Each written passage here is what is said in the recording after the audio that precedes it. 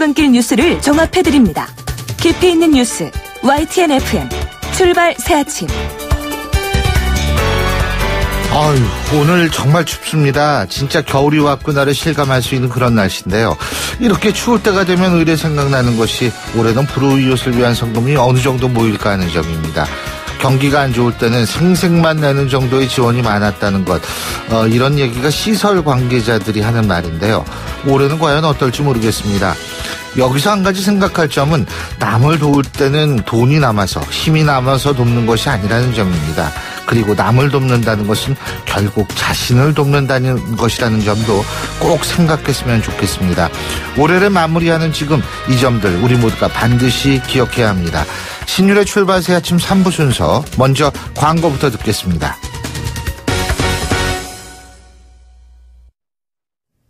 YTN 라디오 신율의 출발 새 아침. 올 들어 가구당 짊어져야 할 빚이 평균 1억 원을 넘어섰다고 합니다. 가계부채는 평균 7,269만 원이고요. 국가채무는 3,400만 원이기 때문에 한 가구당 총 1억 669만 원의 빚을 떠안고 있다는 건데요. 이런 가운데 내년 경제성장률 3%, 국민소득 3만 달러 달성이라는 희망 섞인 전망도 확산되고 있는데, 이게 너무나 상반되기 때문에 도대체 우리나라 경제 상황이 어떤지 전문가의 입장 좀 들어봐야겠죠. 금융연구원의 김영도 연구위원 전화 연결하겠습니다. 김 박사님 안녕하십니까? 네, 안녕하십니까? 가계부채가 가구당 1억 원이 넘었다. 이거 어떻게 받아들여야 돼요? 예, 어제 모 언론에서 그 가계부채와 정부부채를 합쳐서 가구당 부채 부담이 1억이 된다는 기사가 나왔는데요. 예. 이 전체적으로 이제 1억이 주는 숫자가 주는 상징성 때문에 이슈가 될 수는 있을 것 같습니다. 그렇지만 다만 1억이라는 숫자가 주는 상징성보다는 이제 그 이면에 있는 부채 부담의 증가 속도라든지 그 전체적인 가계소득 증가와 비교한 상환 부담 등을 가지고 살펴볼 필요가 있겠는데요. 사실은 이제 최근에 부채가 빠르게 늘어나는 이유 중에 하나는 전반적으로 가계부채가 급증하고 또한 네. 이제 복지와 같은 정부의 재정 수요가 늘어나는 현상이 함께 맞물리면서 최근에 증가 속도가 굉장히 빨라지고 있다라고 생각이 됩니다. 그러니까 지금 박사님 말씀은 이 가계부채의 증가 속도 1억이라는 것보다도 오히려 가계부채의 증가 속도가 더 문제다, 이렇게 보시는 거군요. 예, 속도하고 상환 부담이 얼마나 늘어나는지가 사실은 더 중요한 이슈가 될 것 같습니다. 예, 그렇군요. 근데 왜 이렇게 빨라져요? 이 가계부채가 늘어나는 속도가요? 아까 잠시 말씀을 드렸는데요. 최근 여러 가지 이유로 인해서 가계부채가 조금 빠르게 증가하고 있는 것 플러스 최근에 이제 복지 수요가 굉장히 늘어나면서 예. 정부 재정에 대한 수요가 함께 지금 증가하고 있습니다. 이러한 현상들이 맞물리면서 실제로 이제 가계부채와 정부 부채를 합한 한 가구당 상환 부담이 늘어난다라고 볼 수 있습니다. 그렇군요. 근데 지금 그러면은 상황을 어느 정도 심각하다고 보십니까? 방금 말씀드린 것과 같이 단순히 이제 증가했다는 사실만으로는 이제 문제가 있다라고 이야기하기 어렵습니다. 네. 다 아시다시피 이제 우리나라의 경제 규모가 늘어나고 또 가계나 국가의 자산 또한 늘어나게 되면 반대급부로 이제 부채가 증가하는 측면이 있기 때문인데요. 다만 이제 가계의 경우에는 그 부채 상환 능력을 나타내는 소득이 크게 늘지 않은 상황에서 갚아야 할 금액인 부채가 늘어나는 것은 우리나라의 장기적인 경제 성장 측면에서 부정적인 영향이 있을 거로 예상이 되고요. 국가 부채의 경우에도 미래 세대의 이제 부담이 증가된다라는 측면에서 좀 짚어볼 측면이 있는 것 같습니다. 다만 이제 국가 부채의 경우에는 재정 당국뿐만 아니라 국회에서도 면밀히 살펴보면서 관리를 하는 것으로 알고 있고요. 가계부채도 최근 이제 증가세를 줄이기 위한 다양한 정책 방안들이 제시되고 있어서 조금 지켜봐야 될 문제라고 생각됩니다. 예, 증가세를 지금 줄이는 방안 어떤 게 있어요?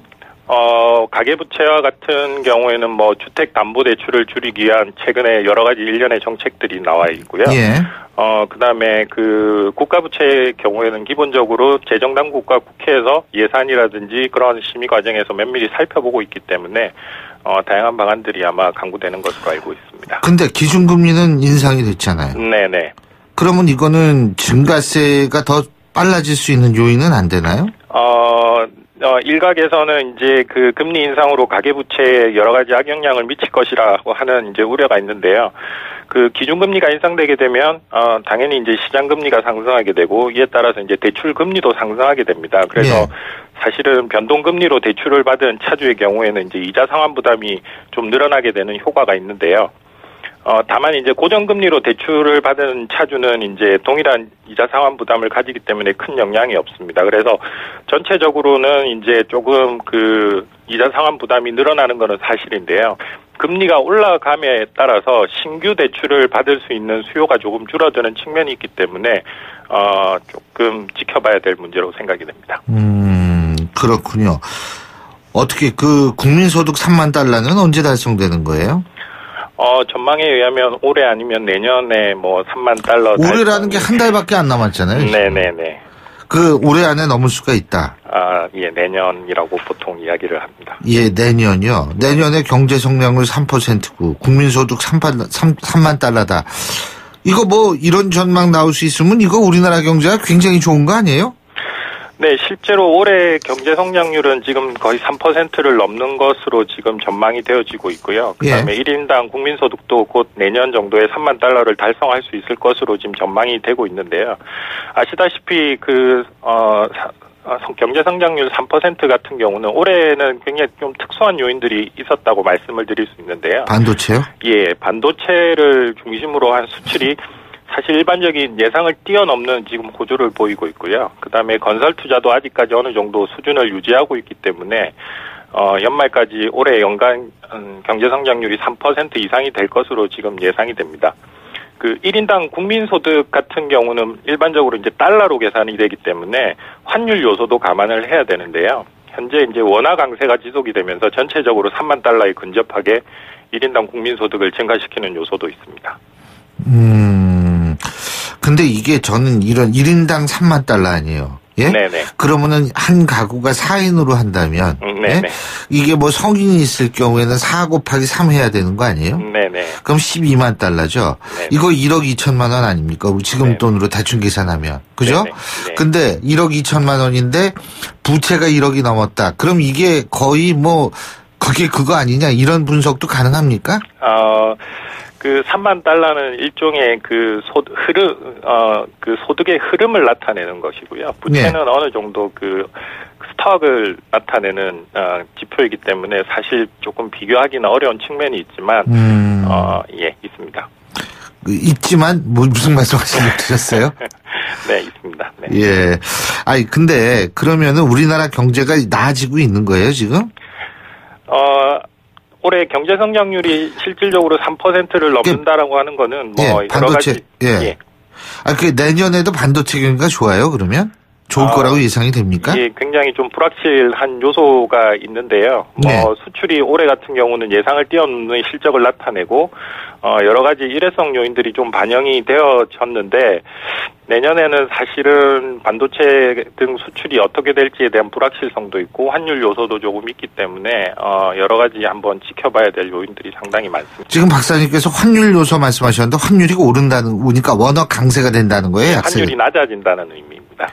환율이 낮아진다니까 원화가 강세가 된다 이 말씀이시군요. 예, 지금 하반기 들어서 계속적으로 원화 강세 현상이 지속되고 있습니다. 그러면은 원화 강세가 유지되는 이유가 뭐예요?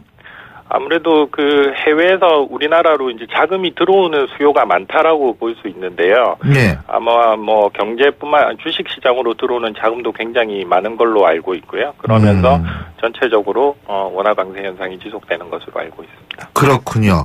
근데 이게 만일 한반도 위기 같은 것에 영향을 받으면 이 원화 강세는 또 얼마든지 약세로 돌아설 수 있는 거 아닙니까? 네, 맞습니다. 급격하게 악화될 수 있습니다. 그럼 급속하게 악화될 수가 있죠. 근데 원화 강세가 지속된다는 가정하에서 생각을 해보면 지금 수출이 좀 아무래도 원화가 강세가 되면 수출이 좀 불리하죠. 그죠? 네, 불리합니다. 네. 그렇죠. 수입은 좀 유리한데요. 네, 전체적으로 그렇습니다. 그렇죠. 그리고 또 한 가지 제가 궁금한 게 뭐 내년까지 이게 다 계속 된다라고 가정을 하면은 이거 참 좋은 거 아니에요? 경제가 잘 풀리고 있다는 게. 네. 근데 체감 경기는 왜 이렇게 좋지가 않은 겁니까? 체감 경기는 실질적으로 실질적으로 이제 가계 부분에서 느끼는 피로감이 굉장히 많은 것 같은데요. 전체적으로 경제 성장은 늘어나고 있지만 가계로 흘러가는 노동소득이 지금 크게 늘지 않는 상황이라서 가계가 느끼는 어려움은 굉장히 지속되고 있는 것 같습니다. 최근에 이제 그 일부 비내구재 소비가 조금 늘어나면서 민간 소비가 마이너스 성장이 아니라 소폭 증가한 것으로 나타나고 있는데요. 그렇지만 전반적으로 민간 소비가 크게 개선될 가능성은 높지 않아 보입니다. 민간 소득이 좀 부진한 이유가 지금 노동 소득이 늘지 않기 때문에 민간 소비가 증가하지 않는다는 말씀이시죠? 네네. 그럼 노동 소득은 왜 안 늘어나는 겁니까? 아무래도 뭐 여러 가지 요인이 있을 수 있겠는데요. 아무래도 전반적인 임금 상승보다는 다른 어떤 기계로 대체하는 부분도 상당히 많아지고 있고요. 그 노동의 양극화로 인해 가지고 고급 인력과 저임금 노동자 간의 어떤 임금 격차가 벌어지는 것도 하나의 요인이라고 생각이 됩니다. 지금 노동의 양극화 말씀하셨는데요. 네네. 최저임금 정부가 보조까지 해주면서 올리겠다는 거 아니에요. 그러니까 네네. 소득주도 정책이라는 것이 결국 이제 지금 소득주도 정책을 쓰겠다는 거 아닙니까? 하나는 네네. 혁신성장, 하나는 소득주도 성장인데 네. 이게 별 효과가 없다고 보십니까? 뭐 다들 아시다시피 이번 정부 들어서 초기에 이제 강하게 드라이브를 간 정책이라고 생각이 됩니다. 하지만 이러한 정책들이 실제로 이제 입법화되고 거기에 따라서 현실화되기 위해서는 여러 가지 이제 사회적 합의 등을 거쳐야 되는 과정이 필요하기 때문에 시간이 걸릴 것으로 생각이 됩니다. 입법화되고 이게 입법화된 이후에 실제로 그 돈이 지급이 되고 그 돈이 돌기까지는 시간이 필요하다 이 말씀이세요? 네네네. 그렇다면 그 돈이 돌기 시작하면은 성장이 되고 아까 말씀하신 노동소득 같은 게 늘어난다는 말씀이세요? 예, 노동소득이 일정 부분 늘어나게 되면 민간 소비가 조금 증가하는 효과가 있고요. 그렇게 되면 전체적으로 또 사회 생산도 늘어나는 효과가 있는 것으로 지금 뭐 이야기는 되고 있습니다. 그렇지만 다른 부분보다는 다른 부분에도 신경 쓸 부분이 많은 것으로 생각이 됩니다. 다른 부분은 어떤 거요? 뭐 실질적으로 소득주도의 성장뿐만 아니라 실제로 경제 성장을 위해서는 다양한 정책들이 필요한데요. 실질적으로 경제의 체질 개선이 사실은 좀 필요한 부분이라고 생각이 됩니다. 사실은 뭐 성장의 잠재력을 확충을 위해서는 이제 다양한 정책들이 실행될 필요가 있는데요. 뭐 예를 들면 이제 혁신 성장을 위해서는 규제 완화도 좀 필요하고 기업의 투자를 확대하기 위한 다양한 유인책 등이 이제 필요할 것으로 생각됩니다. 규제 완화와 투자 활성화를 위한 정책이요. 네. 이게 법인세 인상이 미치는 영향은 없습니까? 뭐 다들 아시다시피 지금 언론에 다른 많은 나라들에서는 이제 법인세를 약간 인하하는 어떤 기조를 나타내는데 우리나라는 다소 이제 법인세를 약간 인상하는 그런 기조로 가고 있기 때문에 일부 악영향은 있을 것으로 생각이 됩니다. 예. 그리고 또 한 가지는 뭐냐면 일각에서는 소득주도 성장, 그러니까 이제 최저임금 인상을 했을 경우에 물론 그 최저임금 인상에 해당되는 분들은 그 인상분 그 돈을 다 소비로 쓴다라는 거는 누구든 다 의견 일치로 봅니다. 근데 문제는 여기에 해당되는 금액이 그렇게 크지가 않기 때문에 실제로 소득주도 성장에는 한계가 있을 것이다라는 그런 얘기도 있던데 그 부분은 어떻게 된 거예요? 예, 실질적으로 소득주도 성장이 내세우는 부분을 보면 지금 현재 정체되어 있는 경제를 일종의 마중물 역할을 하는 역할은 수행할 수 있을 것 같은데요. 전체적으로 이거를 바탕으로 인해서 투자의 확대라든지 뭐 혁신 성장이 일어나는 그러한 선순환 과정을 거쳐야지 실제로 전체적으로 우리나라 경제에 도움이 되는 방향으로 나갈 수 있을 것으로 생각됩니다. 예. 근데 규제 완화 같은 경우에는 지금 정부가 비교적 손쉽게 접근할 수 있는 부분 아닌가요? 어떻게 보세요? 뭐 정부의 의지뿐만 아니라 국회의 협조도 사실은 필요한 부분이 있기 때문에요. 여러 가지 국민적 합의가 필요한 상황으로 생각이 됩니다. 예. 근데 예를 들면은 어떤 합의가 있어야 돼요?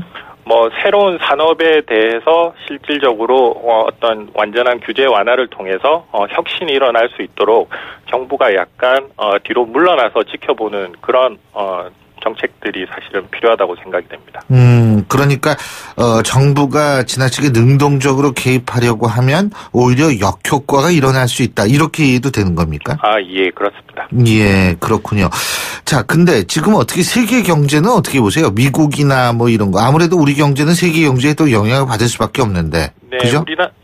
우리나라 지금 수출이 굉장히 호조세를 나타내고 있는데요. 예. 그 호조세를 나타내는 이면을 살펴보면 전반적으로 전 세계 경제가 지금 동반 상승하는 현상을 좀 보여주고 있습니다. 그렇기 때문에 우리나라의 수출도 굉장히 호조를 보이고 있는 원인으로 볼 수 있습니다. 그러면 전 세계 경제가 이렇게 동반 상승하는 이런 기류는 언제까지 갈 거라고 보십니까? 언제까지라고 예단할 수는 없지만 실질적으로 2007년, 8년 글로벌 금융위기 이후 굉장히 침체가 되어 있었는데요. 예. 한 10년 지나면서 각국의 여러 가지 노력에 의해서 올해나 내년 같은 경우는 세계 경제가 전반적으로 상승하는 추세로 전환할 것으로 지금 다들 예상하고 있습니다. 그렇군요. 올해하고 내년까지는 상승 추세가 이어질 것이다. 네. 그렇다면 우리도 이 파도를 잘 타야겠네요. 그죠? 네, 당연히 이번 기회를 잘 이용해야 될 것 같고요. 이번 기회를 이용해서 사실은 경제 체질을 개선하는 어떤 계기로 삼아야 될 것으로 생각됩니다. 예, 잘 알겠습니다. 오늘 말씀 여기까지 듣겠습니다. 고맙습니다. 네, 감사합니다. 예, 지금까지 금융연구원의 김영도 연구위원이었고요. 신율의 출발새 아침 3부 순서 여기서 줄입니다. 잠시 뒤 4부에서 뵙겠습니다. 날카로운 분석, 내일을 보는 시선, 신율의 출발새 아침. 신율의 출발새 아침 4부 순서 먼저 광고부터 듣겠습니다. 예, 화요일 아침입니다. 8시 31분 48초 지나고 있는데요. 이렇게 추운 날, 보통 추운 날 많이 차 밀리는데 교통 상황 알아봐야겠죠? 나성수 캐스터? 네, 오늘도 많이 밀리는데요. 특히나 고속도로에서는 사고 소식도 많습니다. 중부고속도로 하남 쪽으로 대소분기점 부근입니다. 290km 지점 화재에 난 사고입니다. 승용차 화재가 났는데요. 지금 진화 작업 진행이 되고 있습니다. 갓길 이동 어렵고요. 서해안고속도로 서울 쪽으로도 당진 분기점 부근 257km 지점 2, 3차로에 화물차에 사고가 났습니다. 처리 작업 진행이 되고 있어서 1km 구간에서 여파를 받고 있습니다. 경부고속도로 서울 쪽으로는 수원 부근 390km 지점인데요. 4차로와 5차로 화물차 부딪히는 사고가 나서 현재 4차로, 5차로 막고 사고 처리 작업 진행이 되고 있습니다.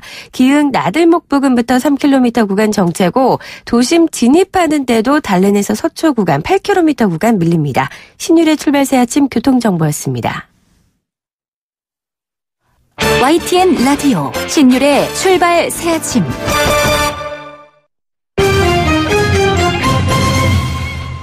예, 경제 뉴스 알아보겠습니다. 한국경제신문의 정윤설 기자 스튜디오에 나와 있습니다. 어서 오십시오. 안녕하세요. 예, 그 예산안 얘기부터 좀 해야겠죠, 그죠? 네, 예. 일부에서 좀 얘기를 하셨더라고요. 예, 예. 근데 어제 저를 보면 다들 그렇게 느끼셨을 텐데 저는 국민의당 입장에서 항상 예산안 처리만 했으면 좋을 것 같아요. 이 뭐 40석으로 모든 걸 좌지우지하는 건 국민의당이고 예. 막판까지 싸웠던 건 자유한국당인데 결국에 그 누가 이겼냐를 승부를 들어주는 이른바 캐스팅 보트는 국민의당이 졌는데 어제 그 가장 핵심이 공무원 일자리를 내년에 몇 명을 늘리냐였거든요. 예. 이걸 보면 전 진짜 정치라는 게 딱 이런 거다라는 생각이 되는데 원래 9,475명 증원하기로 했어요. 예. 9,475가 어떻게 나오니까 제가 뭐 계산해 보니까 당초에 정부가 제시했던 안이 12,221명이었습니다. 예. 그리고 자유한국당은 7,000명, 국민의당은 9,000명이었거든요. 근데 거기다 더불어민주당은 15,000명 얘기하지 않았나요? 까지 얘기했었죠, 처음에는. 예. 근데 그 세 개를 딱 나누면 9,407명 정도가 나오더라고요. 그러니까 딱 3분의 1이에요. 그냥 뭐 이렇게 숫자가 복잡한 게 아니라 그냥 두부 자르듯이 산술 평균 낸 겁니다. 거의 대부분. 이런 게 딱 정치인 것 같아요. 근데 그 중심에 국민의당이 있었던 것 같고 뭐 하신 것이 일자리 안정자금은 뭐 최저임금 인상에 따른 그 안정자금 같은 경우에는 내년에는 현금으로 주고 그 이후에는 간접적으로 지원하는 형태로 바꿨고 법인세 부분은 여당안대로 올리되 25%로 올리되 그 대상을 약간 줄여서 순이익 2천억 원 이상에서 3천억 원 이상으로 약간 대상을 약간 줄이고 소득세는 그대로 여당 부자 증세하는 여당 그대로 했고요. 아동수당 기초연금 같은 경우에는 야당의 안을 조금 받아들여서 아동수당 같은 경우는 10% 상위 10%는 제외하고 주고요. 그리고 기초연금 25만 원 올리되 둘 다 그 시행 시기를 선거 전에 주면 다 여당이 너무 좋잖아요. 내년 6월에 지방선거가 있잖아요. 그래서 9월에 주는 형태로 절충을 했는데 이제 중요한 건 오늘 본회의가 있는데요. 11시로 예정이 돼 있습니다. 그런데 결국 캐스팅 보트는 국민의당이 지겠지만 그 통과는 훨씬 뒤 이후에 늦은 뭐 밤까지 갈 수도 있다 이런 얘기까지 하고 있거든요. 한번 오늘 마지막 지켜봐야 될 것 같습니다. 그렇군요. 자. 뉴욕타임스가 우리나라의 가상화폐 투자열, 이거 웃으면 안 되는데 이게, 우리나라만 이게 이해하다는 것 같아요. 가상화폐. 제일 비싸다며요, 우리나라 가격이. 주간입니다. 예, 1,300만 원이 지금 비트코인 같은 경우에는 거의 가상화폐 시장의 90%는 이더리움도 근데 그래요? 이더리움은 아직 그보다 가격이 싸죠. 많이 싼데 오르는 퍼센테이지는 그 정도로 비슷하죠. 근데 비트코인을 넘어서진 못하고 있습니다. 근데 이더리움 같은 경우는 한국이 정말 큰 손이고요. 네. 비트코인은 한 세 번째로 큰 손입니다. 그 1번 큰 손은 제가 알아맞혀 볼까요? 중국 아니에요? 중국이었다가 지금은 이제 화폐 기준으로 보는 겁니다. 네. 이거는 물론 중국 사람이 다른 통화로 거래할 수도 있죠. 근데 그렇지 않다고 본다 하더라도 엔화가 지금 올 들어서 1위고요. 2위가 그 달러고 3위가 원화예요. 보원래 위안화가 1위였다가 점차 내려와서 불법으로 규정지었거든요. 중국은 정부가 한번 규제했다라면 그럼 쫙 들어오죠. 지금 그 시기예요. 한국 관광 가지 마. 그러면 한 명도 안 오고 이러잖아요. 지금 딱 그런 상황에서 한 명도 안 온 건 아닙니다만 하여간 대부분 안 오잖아요. 한국이 그걸 비집고 지금 3위까지 갔고 뉴욕타임스는 한국이 미국을 뛰어넘었다까지 봤습니다. 어떻게 묘사를 했느냐. 한국의 인구는 미국의 6분의 1에 불과한데 비트코인을 비롯한 가상화폐 원화 거래액은 달러 거래액보다 많다. 뭘 기준으로 집계를 했는지 잘 모르겠습니다. 비트코인 기준으로는 3위인데 달러가 2위고 어떤 뭐 기간을 다른 거로 설정을 했겠죠. 그래서 가상화폐 열기가 한국보다 더 뜨거운 곳은 없다. 그리고 다른 나라는 2009년 이후에 미국이나 중국은 계속해서 투자 열풍이 불다가 지금 약간 이제 꼭지를 틀고 있는 형국인데 한국은 1년 사이에 최근 1년 사이에 가상화폐 투자 열기가 이렇게 불붙듯 우리나라가 원래 그렇잖아요. 꼭지를 틀었다는 게 이제 정점을 찍었다 이거죠. 그렇죠. 그런 가능성에서 왔다 갔다 하고 우리나라도 뭐 등락이 거듭하고 있지만 전체적으로 보면 우리나라에서의 그 비트코인 가상화폐 가치가 상당히 높은 편이다. 이렇게 보는 거죠. 거래소에서 거래되는 그 가상화폐 거래소에서 거래되는. 이게 우리 청취자 여러분을 위해서 이 비트코인 가격이 나라마다 다르잖아요. 그렇습니다. 예. 우리나라가 예를 들면 13,000달러라고 해도 미국이 $10,000가 될 수도 있는 거 아니에요? 11,000, 12,000 뭐 이렇죠. 그죠? 지금. 예. 그래서 우리나라가 조금 더 비싼 편인 것 같습니다. 그렇게 되는 거죠. 근데 우리 정부도 뭐 가상화폐를 관리하기로 했다며요. 예? 이거는 이제 2달 전에도 그랬었어요. 근데 이제 어제 가상화폐 투자자들은 요 회의를 정말 유심히 지켜봤을 겁니다. 이게 어제 이제 그 정부 합동 가상화폐 태스크포스가 있어요. 근데 정부는 가상통화라고 규정을 합니다. 뭐 잠깐 얘기를 하면 가상화폐라고도 하고 가상통화라고도 하고 암호화폐라고도 하거든요. 원래 영어로 원어는 크립토커런시라고 해서 암호화폐라고 번역하는 게 맞습니다. 근데 우린 이미 가상화폐로 버추얼 커런시로 이미 우리는 알고 있어서 가상화폐로 생각하는데 또 그 정부에서는 가상화폐가 아니고 통화다. 왜냐하면 화폐라는 거는 실물이 있는 걸 얘기하는 거거든요. 지폐, 동전, 주화를 합해서 화폐라고 하잖아요. 가상 통화다. 추상적인 개념이다. 가상통화라고 하는데 어제는 가상화폐란 말이 너무나 뭐 일반화됐기 때문에 가상화폐라고 계속 제가 얘기를 하겠습니다. 가상화폐는 화폐도 아니요. 금융상품도 아니다라고 해서 다시 한번 재확인을 했고요. 특이할 만한 건 어제 가장 중요한 건 이 태스크포스의 주무부처를 어디로 할 거냐인데 그동안은 금융위원회였습니다. 정보통신부? 지식경제부. 아니다. 이번에는 어디로 바뀌었어요? 법무부로 바뀌었어요. 법무부. 네. 갑자기 법무부가 뭘 관리한다니까. 그러니까 이제 검찰 이런 거 생각나고 막 이제 법으로 어떻게 하겠다 이렇게 생각하는 이게 우리 정부의 생각을 고스란히 보여주는 거예요. 어제도 제가 말씀드렸지만 가상화폐에 대해서 정부가 규제에 나선다라고 하면 이거 이제 드디어 정식 공식화되는 거라고 생각할 수도 있으니까 규제는 하되 그러면 금융위원회가 하지 말고 법무부가 해. 왜 아직까지도 가상화폐는 불법이고 범죄의 온상이고 아직까지는 여전히 합법화되지는 않았다라는 걸 보여주는 상징적인 의미인 것 같아요. 그래서 그동안 뭐 많은 범죄들이 있었잖아요. 그리고 해킹도 있었고요. 그렇죠. 이런 부분에 대해서 법무부가 책임지고 잘 해라. 그러니까 투자자들의 잘못된 형태로 인해서 받는 피해를 최소화하겠다는 그 부분에만 지금 집중적으로 보겠다라는 걸 여실히 보여주는 거죠. 근데 이게 또 좀 그래요. 이 베네수엘라 지금 뭐 여기 거의 모라토리움 이 국가 부도 위기 있는 나라 아니에요. 그렇습니다. 근데 여기서 가상화폐를 발행하기로 했다. 이 얘기는 가상화폐 시장에 찬물 끼얹는 얘기 아니에요? 맞습니다. 화폐는 이미지를 먹칠을 시키는 거죠. 예. 베네수엘라가 어떤 나라냐 다들 아실 거예요. 이제 인플레가 살인적인 인플레죠. 몇천 % 올랐고 국제통화기금이 내년에 베네수엘라의 인플레율을 어느 정도로 전망을 했냐면요. 얼마 정도 될 것 같습니까? 3만 배? 역시 통이 크십니다. 진짜요? 아니면 2,300%. 2,300%. 2,300%. 아니, 왜 그러냐면 아프리카의 그 어떤 나라는 2만 배, 3만 배짜리. 짐바브웨였던 것 같아요. 그랬죠. 네, 그렇죠. 그 있었잖아요. 그래서 짐바브웨는 뭐 자원이 그렇게 많지 않은 나라인데. 그 나라도 달러를 바꿀 수 있는 화폐를 또 만들다가 찍어냈다가 그렇게 된 거 아니에요. 거죠. 맞습니다. 네. 이 베네수엘라는 석유가 생산량이 한때 2위고 이랬어요. 매장량 되게 많은데 이 볼리바르라는 게 베네수엘라 화폐 단위예요. 이게 지난 불과 넉 달 전만 해도 1달러가 1만 볼리바르였는데 넉 달 만에 11월에는 1달러가 10만 볼리바르로 10만 배나 가치가 떨어진 거죠. 그러니까 이걸 이기려고 하니 가상화폐를 정부에서 발행하겠다는 거죠. 그동안 베네수엘라가 어떤 베네수엘라냐. 베네수엘라 국민들이 너무 베네수엘라 돈이 가치가 없으니까 가상화폐 채굴에 많이 나섰거든요. 비트코인이나 이런 이더리움. 이거 단속했었어요. 예. 그거 하지 말라고. 그랬던 베네수엘라 정부가 가상화폐를 발행하겠다는 거지. 가상화폐 어떤 현 주소를 아무튼 베네수엘라가 보여주는 것 같습니다. 자, 그리고 정부가 편의점에서 파는 의약품 품목을 늘리기로 했다고 그러는데 약사회가 여기 굉장히 반발하는 모양이더라고요. 편의점에서 약을 좀 사시죠, 교수님도. 예를 들면 건강하시니까 안 살 수도 있겠지만. 솔직한 얘기를 한 번도 사본 적은 없는데. 예, 누가 사다 바치겠죠. 그런 거 아닙니다. 딸한테 사와 이런 식으로. 예. 지금 편의점에서 일반 의약품 13개 품목을 팝니다. 다들 아시겠지만 진통제, 감기약, 소화제, 파스를 파는데 여기에 지금 이제 더 추가를 하려고 해요. 위산 억제약, 겔점점 다들 아실 거예요. 이런 거 하거나 설사약, 지사제를 이제 더 추가하려고 하는데 여기에 이제 약사들이 다시 또 반발하는 거죠. 매년 약사들이 반발해왔습니다. 왜냐하면 약국이 안 되잖아요.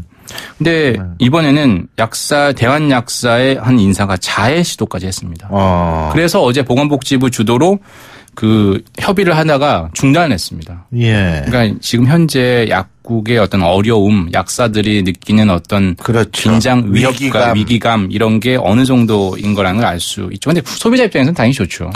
편의점에서 많이 살 수 있으니까요. 근데 소비자 입장에서 좋은 게 또 하나 있어요. 이 저가 항공사가 늘어나는 거. 저가 항공사.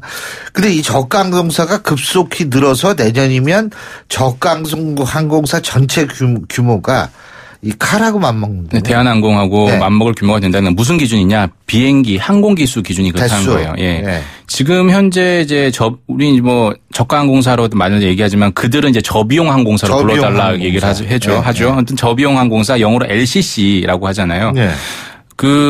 저비용 항공사의 전체 국내 저비용 항공사의 전체 항공 대수가 122대인데 내년 말 148대까지 늘리겠다고 합니다.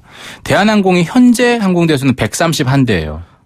넘어서는 건데 초월하네요. 근데 대한항공도 그 사이 또 늘리겠다는 거죠. 이제 하도 우리나라에서 많이 나가니까 151대로 늘리겠다는 게 계획이지 실제로 내년 말에 가봐서 저비용 항공사 더 많이 늘릴 수 있고 아니면 대한항공이 적게 늘릴 수도 있는데 거의 똑같아진다는 거죠. 그만큼 저비용 항공사의 위상이 커졌고 너무나 이제 신규 취항하는 나라들이 많아지고 있잖아요. 그리고 가격 차이가 많이 나니까 이쪽을 많이 이용하는 건데 단 하나 이제 우려가 되는 건 조종사들이 그만한 수준이 되느냐, 정비사들이 그만한 수준이 되느냐. 이게 현재 국내 6개 저비용 항공사의 조종사나 정비사 규모는 대한항공의 한 절반 내지는 3분의 1 고상도 사이거든요. 그러니까 그건 좀 문제인데 제가 아는 사람도 홍보하다가 이 저비용 항공사의 파일럿 지금 부조종사 부기장을 하고 있어요. 그 정도로 어떤 저비용 항공사는 상당히 어떤 현재 우리가 흔히 하는 국제항공사들하고는 다른 형태로 지금 운영을 하고 있는 건 사실이거든요. 예. 그 부분은 한번 염두를 해두셔야 될 것 같습니다. 알겠습니다. 오늘 말씀 여기까지 듣죠. 고맙습니다. 감사합니다. 한국경제신문의 정인설 기자였습니다.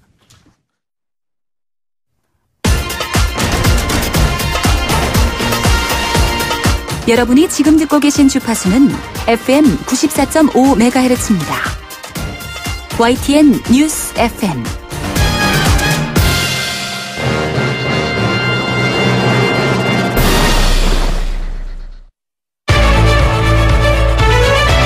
민심은 천심이다. 생생한 여론을 통해 우리 사회를 진단합니다. 이것이 여론이다.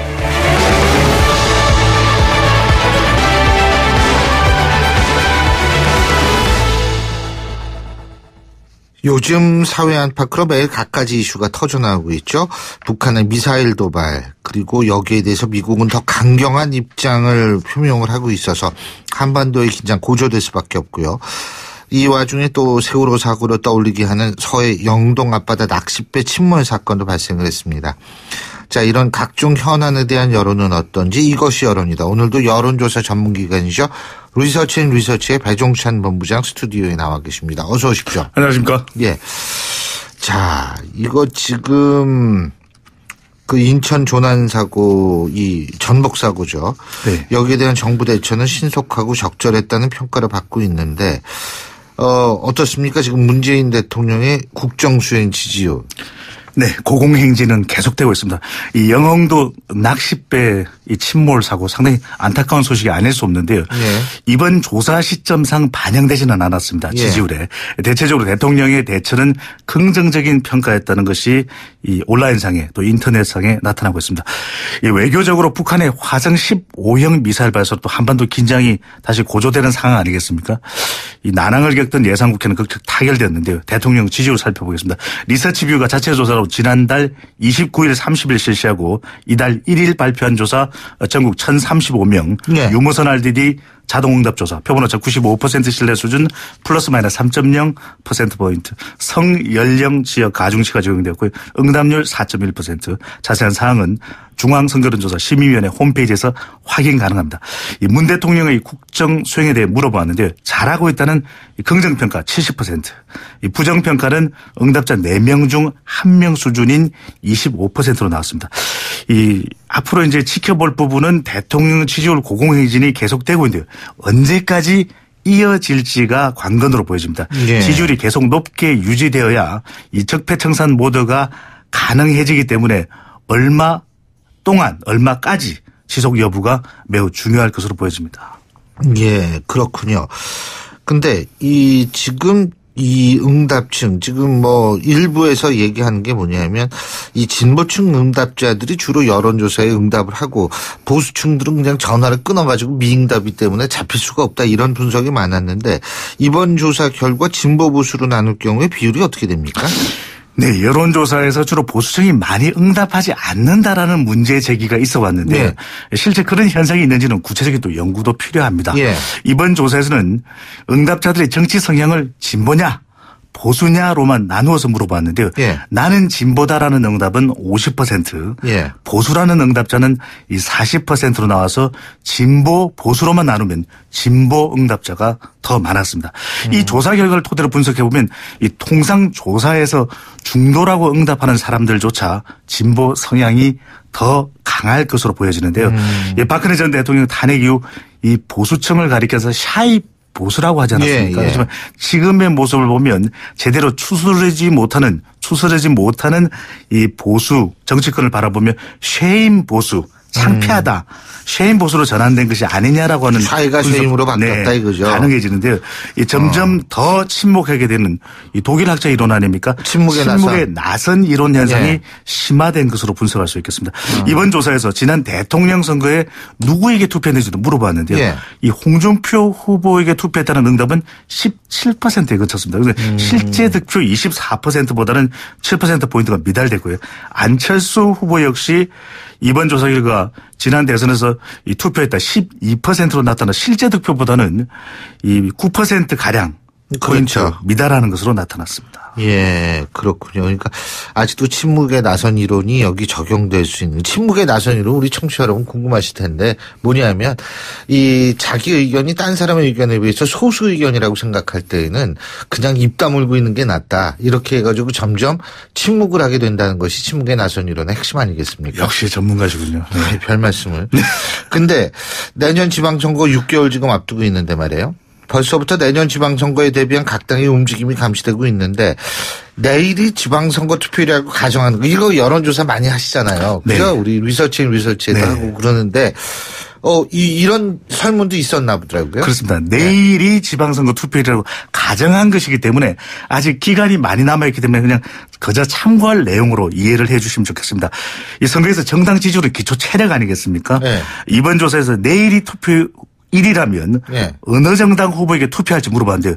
이 더불어민주당 후보에게 투표하겠다 53%로 압도적이었습니다. 예. 자유한국당 후보 20%, 이 국민의당과 바른정당 후보에게 투표하겠다 각각 5%, 정의당 후보에게 투표하겠다 3%로 나타난 그러니까 정당 지지율과 크게 차이나지 않고 있는 그런 결과일 수 있습니다. 그만큼 정당의 기초 체력을 더불어민주당은 지지율이 높은 반면에 나머지 정당들은 끌어올려야 된다는 것인데 연령대별로 분석을 해보면 20대부터 40대까지는 압도적으로 더불어민주당 후보가 현 시점에서 경쟁력이 있는 조사 결과입니다. 그러나 네. 50대 이상부터는 이 자유한국당 후보가 민주당 후보 대비 격차를 점차 좁혀가는 결과로 나타났습니다. 아니 근데요. 여기서 투표 안 하겠다 이런 설문은 없었던 모양이죠. 네, 그런 응답도 있기는 했습니다. 예. 투표하지 않겠다라고 하는 응답이 5명 중 1명 정도. 투표하지 네. 않겠다라는 것도 정치적 보이스, 정치적 의사거든요. 투표하지 그렇습니다. 않는다는 네. 것도. 그러니까 이제 사실 그런 것도 좀 집어넣는 게 좋을 것 같아서 여쭤본 거고. 네.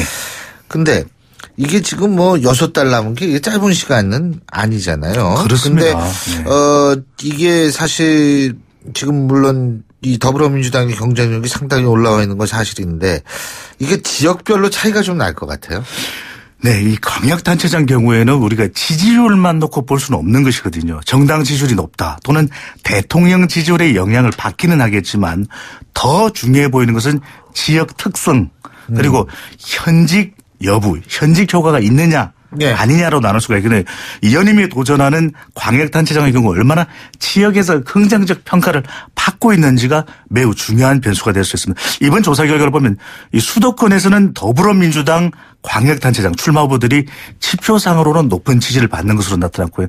이 충청과 호남에서도 인물을 대입하지 않은 이번 조사 결과 어느 정당의 후보인가라는 질문에는 더불어민주당 후보가 높게 나타났습니다. 이 대구 경북 지역 관심 지역인데요. 조사 결과 수치상으로는 자유한국당 더불어민주당 접전으로 나타나고 있는데 대구의 경우는 자유한국당 소속 후보의 현직 효과가 얼마나 나오느냐 또 전통적인 이 보수 텃밭이라는 지역 특성이 얼마나 작동할지가 또 변수일 수 있고요. 더 주목되는 지역은 부산, 울산, 경남입니다. 지난 대통령 선거에서 문재인 후보의 득표가 부산에서 홍준표보다 더 높았지 않습니까? 네. 그런 만큼 더불어민주당에서 내는 후보가 더 경쟁력 있을 것으로 이번 조사 결과는 나타나고 있는데 이 서병수 현 부산시장의 현직 효과가 또 공석인 경남지사 후보로는 누가 나올지가 가장 중요한 관건이 될 것으로 분석됩니다. 그리고 이건 선거 얘기는 아닌데 전 사실 이것도 궁금하더라고요. 신고리 오리고기에 대한 공론화위원회가 활동을 해서 이제 그 결론이 이제 공사 재개로 결론이 나지 않았습니까? 근데 그 이후에 포항 지진이 있었죠. 포항 지진이 있었죠. 포항 지진 이후에 또 여기 원전에 관한 생각이 좀 달라지지 않았을까 이런 생각이 드는데 이거 있었다며요. 그렇습니다. 이 포항 지진 이후 가동적인 24기의 원전 안정성 여부에 대해서 물어봤는데요. 네. 포항 지진을 겪은 우리 국민들로서 어떻게 응답을 했을지 그랬더니 24기 원전에 대해서 안전하다 45%, 안전하지 않다 42%로 매우 팽팽했습니다. 그렇습니다.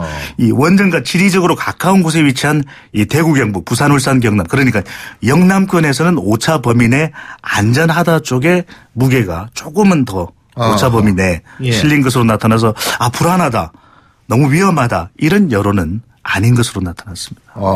그렇군요. 그런데 이게 물론 가정이긴 하지만 만일 정부의 공론화위원회가 신고리 오리고기 건설 재개를 결정하기 전에 지진이 발생을 했다면 이게 신고리 관련 결정이 좀 바뀌지 않았을까 이런 생각을 하시는 분들도 있을 것 같은데 말이에요. 그랬을 수 있습니다. 가정에서 물어보았는데요. 이 포항 지진 이후 신고리 관련 결정이 내려졌다면 어떻게 되었을지 물어봤는데요. 이 가정을 하고 물어보는 것이 참 흥미롭습니다. 이 건설 중단 결정을 내렸을 것이라는 응답이 절반인 50%로 우세했습니다. 재개 결정이 내려질 것이라는 것은 32%로 나타나서 만약 포항 지진이 신고리 원전 공론화 조사 전에 발생했더라면 건설 중단 결정이 내려졌을 가능성이 농후해 보입니다. 그렇군요. 근데 이 원자력 발전도 조기 퇴출해야 된다는 주장에 대해서는 그럼 어떤 생각입니까? 네, 이 포항 지진의 여파가 다분히 있는 것으로 보여집니다. 이 친환경 에너지를 확대하고 이 원전을 조기 퇴출해야 하는지 물어봤는데요. 응답자 3명 중 2명 이상 68%는 원전을 조기 퇴출해야 한다고 응답을 했습니다. 이 원전 조기 퇴출 주장에 동의하지 않는다는 의견은 4명 중 1명 수준 27%로 이 소수에 그치는 것으로 나타났습니다. 이 문재인 대통령의 대선 공약이 이 탈원전이지 않습니까? 네. 이 문 대통령을 지지하는 응답자 층에서는 원전 조기 퇴출이 무려 82%로 나왔습니다. 그렇군요. 야, 참 그러네. 예. 오늘 말씀은 시간 관계상 여기까지 듣겠습니다. 고맙습니다. 감사합니다. 예, 지금까지 리서치의 배종찬 본부장이었고요. 자, 화요일 아침에 보내드린 신율의 출발 새 아침 오늘 순서 여기서 모두 줄이겠습니다. 오늘 아침 체감 기온은 영하 12도 정도까지 떨어졌었다고 합니다. 물론 실제 기온은 영하 7.8도 정도 떨어졌는데 12도. 이야, 진짜 근데 매섭더라고요. 여러분 오늘 옷 두둑히 입고 나가시기 바라겠고요. 전 내일 아침 7시 15분에 다시 오겠습니다. 내일은 좀 덜 추웠으면 좋겠죠. 지금까지 신율이었습니다. 고맙습니다.